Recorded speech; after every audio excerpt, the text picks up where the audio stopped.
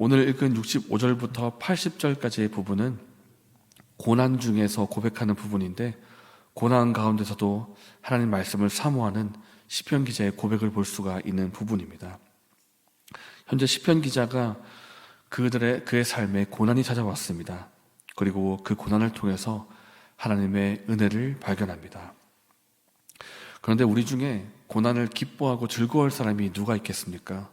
고난은 우리를 괴롭게 하고 우리를 고통스럽게 하는 것입니다. 하나님도 그것을 알고 계시고 그렇기 때문에 고난을 늘 허락하시는 것은 아닙니다. 그럼에도 불구하고 하나님께서 때에 따라 우리에게 고난을 허락하실 때가 있는데, 여기에는 분명한 이유가 있습니다. 그 이유 가운데 하나는 우리가 죄와 잘못 가운데 있을 때입니다. 잘못된 길을 가는 자녀를 부모가 방치하지 않는 것처럼 죄 가운데 죄의 길을 걷고 있는 하나님의 자녀를 하나님이 그냥 내버려 두지는 않으십니다. 분명히 그것이 잘못됐다는 것을 깨닫게 하시고 그것을 돌이킬 수 있도록 필요하면 고난도 허락하신다는 것입니다. 그래서 이것이 하나님께서 기뻐하지 않는 것이구나, 하나님께서 이것을 기뻐하지 않으시고 돌이키기 원하시는구나 라는 것을 분명히 깨닫도록 하기 위해서 필요하면 고난도 허락하신다라는 것입니다. 결국에는 하나님이 우리에게 고난을 허락하실 때는 우리를 분명히 사랑하시기 때문이고, 또 우리가 죄 가운데 있을 때는 사랑하시기 때문에 그 죄의 길에서 벗어나라고 고난을 허락하실 때가 있다는 것입니다. 고난을 허락하시는 또 다른 이유 가운데 하나는 하나님께서 우리를 단련하시고 훈련하시기 위해서입니다. 꼭 우리에게 죄가 있거나 꼭 잘못이 있기 때문에 그렇게 하시는 것이 아니라, 하나님께서 보시기에 우리에게 다듬어야 될 부분이 있고 더 훈련받고 또 하나님을 닮아가야 될 부분이 있을 그때에 고난을 허락하실 때가 있다는 것입니다. 마치 대장장이가 금속을 두들겨서 그 금속의 불순물을 빼내고 순도를 더욱 높이는 것처럼, 하나님께서 고난이라는 도구를 통해서 우리를 두들기시고 우리 안에 있는 모난 부분, 불순물들을 빼내시고 더욱더 하나님 닮아가는 부분의 순도를 높이신다라는 것입니다.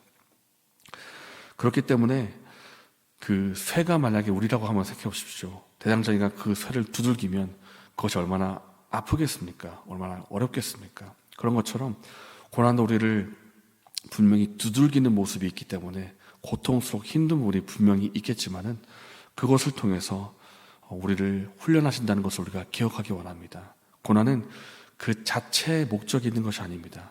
그 고난을 통해서 우리를 죄에서 돌이키게 하시고 또 훈련받지 못한 부분이 있다면 훈련하기 위해서 그 고난을 허락하실 때가 있는 것입니다. 오늘 시편 말씀도 그렇습니다. 67절 말씀을 한번 보십시오. 고난당하기 전에는 내가 그릇 행하였더니 이제는 주의 말씀을 지키나이다. 고난당하기 전에 시편 기자는 그릇 행했다 그렇게 말합니다. 내가 잘못 행하고 있었습니다. 그러나 고난이 오니까 이것이 잘못이라는 것을 내가 깨닫게 되었고 이제는 주의 말씀을 지키는 사람이 되었습니다. 이렇게 고백을 하고 있는 것입니다. 고난이 아니고서는 깨달을 수 없는 것이 분명히 있는데, 고난을 통해서 깨닫게 되었고 이제는 그 말씀대로 살고 있습니다. 이렇게 고백을 하고 있다는 것입니다. 그렇기 때문에 여러분, 하나님께서 고난을 허락하실 때에는 분명히 하나님의 계획과 뜻이 있다는 것을 알고 결국 우리를 유익하게 한다는 것을 알고 믿음으로 나아갈 수 있는 저희 여러분 되시기를 예수님의 이름으로 축복합니다. 오늘 말씀을 보면서 고난을 만난 시편 기자가 보여주는 어떤 우리가 본받을 만한 신앙의 한 면모를 볼 수가 있는데, 이 고난도 분명히 하나님의 선하신 뜻 가운데 있다는 것을 시편 기자가 믿음으로 고백했다는 것이고, 또 결국 이 고난을 통해서 나를 가르친다라는 신앙의 고백을 볼 수 있다는 것입니다. 함께 65절과 66절을 읽겠습니다. 여호와여, 주의 말씀대로 주의 종을 선대하셨나이다. 내가 주의 계명들을 믿었사오니 좋은 명철과 지식을 내게 가르치소서. 우리가 고난을 받으면서도 여러 가지 반응을 할 수가 있습니다. 여러 가지 반응이 있고 거기에 따른 고난도 빨리 끝나기도 하고 더 길어질 수도 있을 것인데, 우리가 가장 쉽게 할 수 있는 반응 가운데 하나는 원망하고 불평하는 것입니다. 하나님 왜 하필 접니까? 하나님 왜 내가 무슨 잘못을 그렇게 했다고 내가 무슨 그렇게 죄를 많이 지었다고 나한테 이런 어려움을 허락하시는 겁니까? 하나님 도대체 나를 사랑하시는 게 맞습니까? 이렇게 하나님을 향해서 내가 가지고 있는 원망과 불평을 막 쏟아놓고 그렇게 주님을 원망하는 거, 이렇게 반응할 수가 있습니다. 그러나 같은 고난을 만나면서도 우리가 다른 반응을 보일 수가 있습니다. 그리고 우리의 반응에 따라서 그 고난이 제때 끝나기도 하고 더 길어지기도 합니다.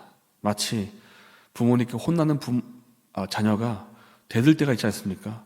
뭐요? 내가 뭐 어쩌라고요? 뭐 이렇게 대들면 없던 매도 벌어가지고 더 맞지도 않습니까? 그런 것처럼 우리가 고난을 받을 때에도 합당한 반응을 보일 수가 있지만 대들고 원망하고 불평하면 더 길어질 수도 있는 것입니다. 그러나 오늘 시편 기자가 보인 것처럼 이것은 분명히 하나님의 뜻이겠구나. 이 고난에는 하나님의 분명한 계획과 뜻이 있고 이것도 하나님께서 나를 사랑하시기 때문에 허락하시는 것이구나 라고 하면서 내가 그 고난을 통해서 하나님의 뜻을 깨닫기를 원합니다. 이렇게 나아간다면 하나님께서 그 고백을 오히려 기뻐하신다라는 것입니다. 오늘 시편 기자를 보십시오. 65절과 66절에 하나님이 지금 나를 선하게 대하고 계십니다. 나를 선대하고 계십니다. 하나님께서 하시는 일이 다 선합니다. 그리고 저에게 하나님의 뜻을 깨닫게 해주십시오 라고 믿음으로 나가고 있다는 것입니다. 이것이 합당한 자세입니다. 하나님, 저는 앞을 잘 보지 못하고 저는 맹인과 같이 잘 보지 못하는 자입니다. 그러니까 하나님께서 저에게 하나님의 뜻을 알게 해주십시오. 제가 배우기를 원하고 그 뜻대로 가기를 원합니다. 하나님이 여전히 선하시고 지금도 고난 중에서도 나를 선대하고 계십니다라는 고백을 우리가 한다면 하나님께서 그 고백을 기뻐하시고 우리를 선하게 인도하신다라는 것입니다. 사랑하는 여러분, 기독교 변증가 C.S. 루이스는 고통과 고난은 하나님의 확성기다라는 말을 한 적이 있습니다. 그러니까 우리가 보통 때는 평안하고 아무리 없을 때는 우리가 즐거워하고 기뻐한다고 그 목소리를 잘 듣지 못하다가 고난에는 확성기를 통해서 크게 말씀하시면 그게 우리 귀에 들린다라는 뜻입니다. 그렇기 때문에 하나님께서는 우리에게 고난을 허락하실 때 너 한번 당해봐라 라고 하면서 그저 고통을 주시려고 하는 것에 목적이 있지 않습니다. 하나님 우리를 사랑하시고 이 고난에는 분명한 계획과 뜻이 있고 여전히 우리를 사랑하신다는 것을 우리가 알기를 원합니다. 이 시편 기자처럼 우리도 믿음의 고백으로 반응하기를 원합니다. 그저 이 고통이 나에게 좋다, 나에게 나쁘다, 하나님 왜 그럽니까? 이렇게 반응하는 것이 아니라 하나님께서 이 일에 분명한 뜻이 있고 여전히 나를 사랑하시고 여전히 하나님은 선하신다는 것을 믿고 고백하며 신앙으로 나아갈 수 있는 저 여러분 되시기를 예수님의 이름으로 축복합니다. 이 시간 말씀을 생각하면서 고난을 대해서 함께 이렇게 기도하면 좋겠습니다. 하나님, 비록 고난이 나를 고통스럽고 힘들게 만들겠지만 이것에는 분명한 하나님의 뜻이 있다는 것을 내가 믿습니다. 하나님이 여전히 선하신 분이시고 나를 선하게 인도하심을 믿습니다 라고 믿음으로 나갈 수 있는 우리가 되게 해달라고 기도하면 좋겠습니다. 그리고 어린이날을 맞아서 연휴를 맞았습니다. 가정의 소중함을 알고 우리에게 허락하신 이 가정을 사랑하고 잘 가꿀 수 있는 우리가 되게 해달라고 또한 기도하면 좋겠습니다. 이렇게 기도하시고 개인적인 제목을 기도하신 후에 자유롭게 돌아서겠습니다.